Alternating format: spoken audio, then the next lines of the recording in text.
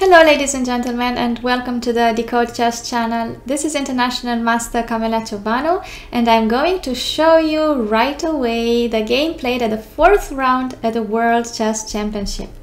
And this time Magnus Carlsen had white against Jan Nepomniachtchi, and they played a Russian game.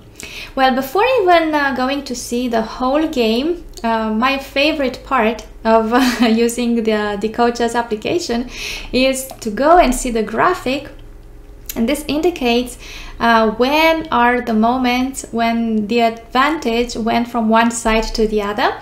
So I have selected 3 key moments in the game in which white had the advantage and then lost it, and when black had the advantage and by which move he lost it, and then in the end, just before they agreed for a draw, just to see if there were any possibilities, any real possibilities for gaining the advantage on one side or the other. So I will see the statistics, and I can see that white had an inaccuracy. We'll see at which move that was, and also black had one. And these are exactly the first two positions I'm going to explore by decoding them, and then the end game right before the last move. Okay, so I would say that we are ready to go. There we are. E4, E5, Knight F3, Knight F6, and I know that Nepo plays it as white as well, even if in this game he had the black pieces. All right, so the pawn structure is typical to the French defense with the exchange variation, and white will attack the center when their kings are castled on the same side. All right. White will bring the rook on the only open file, the central E file. Black develops the bad bishop, and finally white develops the queen, attacking the pawn on b7, since the bishop has been transferred from the queen side. Queen to d7, defending the pawn and defending also the pawn on d5. Can you see that even if it looks like white could take it because it's not defended, actually there is a tactical resource for black. With a discovered attack, checking the king, black will gain the queen. All right, wonderful. So let's go on and see what happens after queen to d7. White moves knight to c3, increasing the pressure on the weak pawn on d5, and black will eliminate the tension by trading a few minor pieces. So first of all, white takes the bishop and then takes back the knight, bringing a new pawn in proximity to the center. Black will have to move the pawn on b7 that was being under attack, and so the pawn structure changes once this trade is made on d5 in the center. And this leaves white basically with a majority of 2 pawns against 1 on the c and d file, and this will point toward white's plan, because strategically speaking, because of the pawn structure, white would like to be able and push his weak pawn from c3, make the trade with the pawn on d5, and so create a passed pawn on the d file, and that is exactly what happened. Good. So in this position, white played queen to b5, which, as we see here, if we go here to the statistics, when we press 1 inaccuracy, we see that this is exactly the move that we were talking about. So I was thinking to decode this position and see what else could have white played, and there was a better continuation. And so I can see here that the best line of stockfish is being explained. So let's go through the explanations together. Bishop a3 is the suggestion that the engine is making, and basically it is saying that the square on e5 is a key square. It is a weak central square for black on which white would like to infiltrate, possibly even with a rook, because in that case it would attack the queen, and the pawn on d5, but that square is guarded by the bishop. So white should try and trade his bad bishop for black's good bishop, and in this way free up the space in the center so he can infiltrate with the rook. And let's go through the explanations. So bishop takes on a3 and queen takes on a3 is beneficial because it threatens to play rook to e5, okay? And it also has gained another infiltration square, which is another weak square for black on e7 to occupy the 7th rank. All right, I would go back to bishop a3 and see why is it a good move. Okay, well, it threatens the bishop on d6, obviously, and then black cannot play knight to c6, okay, because he will lose the bishop, obviously. Okay, the same is with knight e7, so black cannot develop the knight. But also, what's interesting, and I will show you, black can't even defend the bishop, because in that case, if he takes, a checkmate will come due to the fact that the knight hasn't been developed yet. All right, let's go with what the engine further says. We have a new line here with white infiltrating on d6. Black should try to occupy the outpost on c4 with a knight by bringing it right there to block the pawn on c3, and so stop white's possibility of creating the passed pawn. All right, rook to e7, and now I will go even further on and see that after knight c4, queen b4, okay, white doubles on the e file and then brings the knight in the center, and indeed the position looks very nice for white, which has active rooks that have already gained entrance into black's territory on the 7th rank. Good. We will also see the explanation of the actual move that has been played in the game, which is queen to b5, and it is a good move because it threatens to play knight to e5. Okay, e5 is the central key square. While bringing the knight on e5, white will stop the queen from defending the weak pawn on d5, and that becomes the target for white's queen. All right, let's see something. So white is threatening knight e5, bishop takes, rook takes. All right, and then bishop d2, a6, black loses the pawn. All right, and it can continue with a long variation, but white has already the advantage of one pawn up, which is a passed pawn on the d file. What else? Let's close this. So the queen on b5 guards the c6 square, so black cannot develop the knight over there. All right, and black can't play knight d7, so black has a difficulty in completing his development, because if knight d7, white can play queen to c6, and so attacking the bishop on d6. Where is the bishop going? If the queen defends it on the 6th rank, then the knight remains unprotected.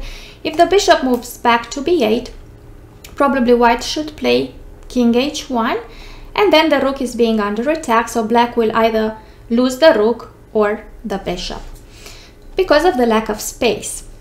Great. The best play after queen to b5 is queen to d7, as it has been played in the game.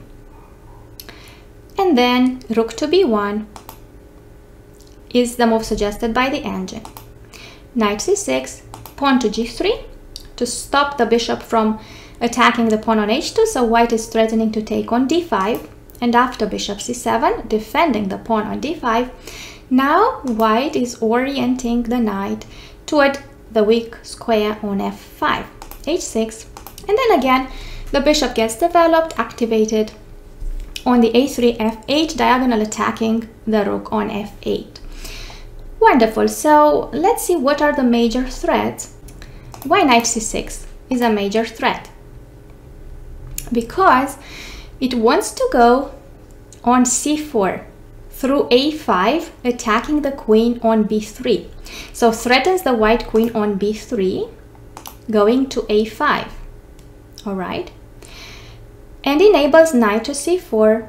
Okay, after the queen moves to a4, black will be able to occupy the outpost on c4, and this blocks completely white's pawns. And this gives black an advantage. Then he threatens to play rook takes the pawn on c3 once it is moved on the c file. Alright, so I think this is enough for now, and let's go and see exactly how they play. Queen b5. Black went back with the queen, and now white defends the queen on b5. So when the trade is being made, he also opens the a file, exposing a weak pawn on a7. Plus the pawn on b5 is well infiltrated and controlling the weak squares c6 and a6. White is playing a lot on black's weaknesses on the white squares because the light squared bishop is missing. Alright. Black plays pawn to a5. In this way he creates a passed pawn on the a file, and white does not take en passant, but rather goes with a knight trying to occupy the f5 square, which black will protect, and white pushes the pawn to g4, knight d7, and the knight gets remaneuvered because white would like to bring it on a square available to attack the pawn on d5, and while doing so he would also like to trade the bad bishop on f4. So bishop from c1 to f4 and exchanging black's dark bishop. In that way the knight would land on f4 and attack the pawn on d5. Great. In this position black played, let's see, mistakes. So black made a mistake. Rook to c8, a little bit too fast. Okay, we are right here.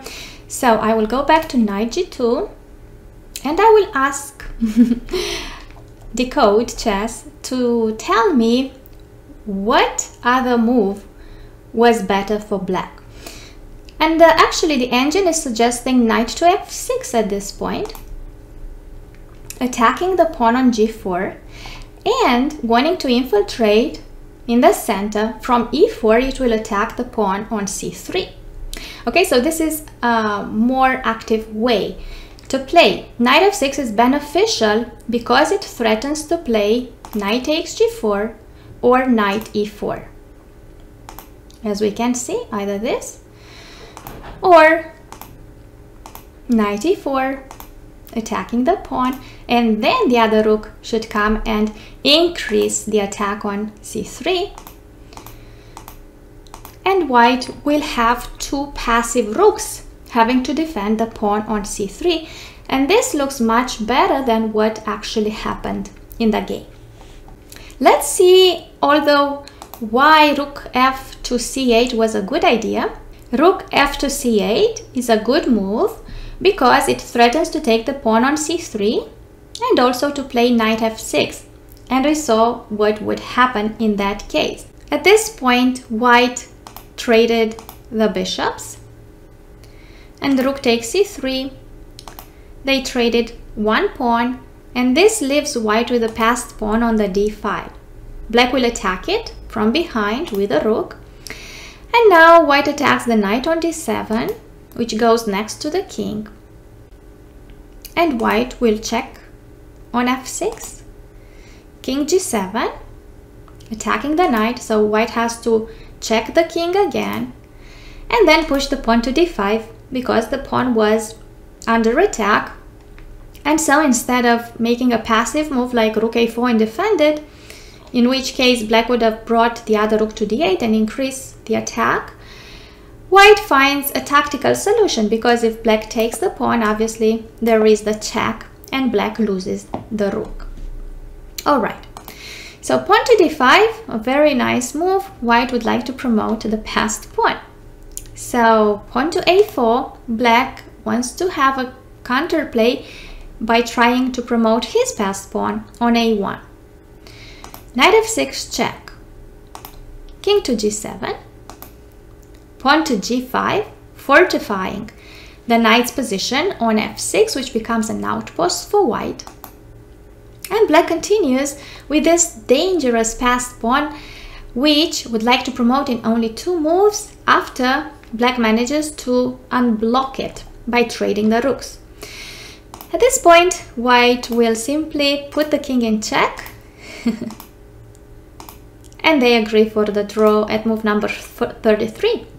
So I was thinking to decode this position before the last move, knight f6 check, and see what would have happened if white would have continued differently. After decoding this position, we see that the position is about equal, but white should beware of black playing rook to b3. Why? Because rook to b3 threatens to play pawn to a2. Okay? Why? Rook b3 followed by pawn a2 followed by rook to b1 check. All right? And then black will promote the pawn. Good, so let's see. Knight f6, king g7. The best line that Stockfish suggests is that white would play h4 now. And after rook to d2, the rook goes to e8, rook takes, knight takes back with a check, the king goes in the corner, and now finally white takes black's passed pawn but loses his own passed pawn. And basically this is again an equal endgame. So to summarize today's analysis, we saw that at some point during the game white could have tried to trade the bad bishop for black's dark squared bishop and so gain the control of the e5 square. Instead, white decided to move the queen to b5, and in a different situation, when black was in advantage, he moved rook to c8 a little bit too fast according to the engine, which suggests first to move the knight to f6, bringing in a more active play. Thank you so much for your attention. This is International Master Camelia Ciobanu, and I wish you to enjoy the rest of the championship. I'll talk to you soon.